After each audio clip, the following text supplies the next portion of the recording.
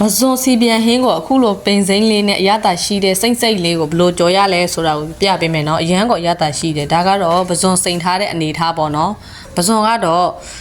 ရေခဲတက်တာကထုတ်ပြီးခဲနေတာဆိုတော့နည်းနည်းကြလေးတော့စိန်လိုက်ရပါတယ်ဒါကတော့ပဇွန်ကောင်းကို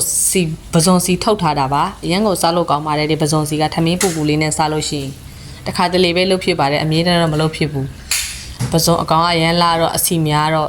ဒီတခါပဇွန်အစီထုတ်လိုက်ပါတယ်ဒါကတော့ပဇွန်ရေဆေးပြီးတော့ကြက်သားမုံလေးနှဲငယ်လေးချုံမုံလေးနှဲငယ်လေးစားနှဲငယ်လေးစနွေးမိုးနှဲငယ်လေးသူ့ကိုချုံမုံနှဲငယ်လေးထည့်ပြီးတော့သူ့ကို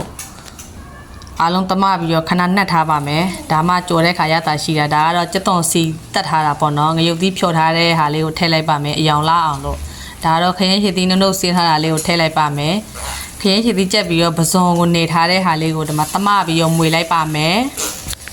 ပဇွန်စီပြန်လာပြီးကြက်လာပြီးဆိုရင်တော့ပင်စိမ့်လေးကိုအပေါ်ကနေအုပ်လိုက်ပါမယ်အနက်လေးကမွေးပြီးတော့သူကပင်စိမ့်ကထွက်တဲ့သူ့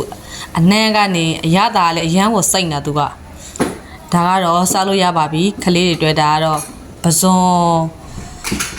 ဟင်းနဲ့ကမွန်းရွက်ပေါ့နော်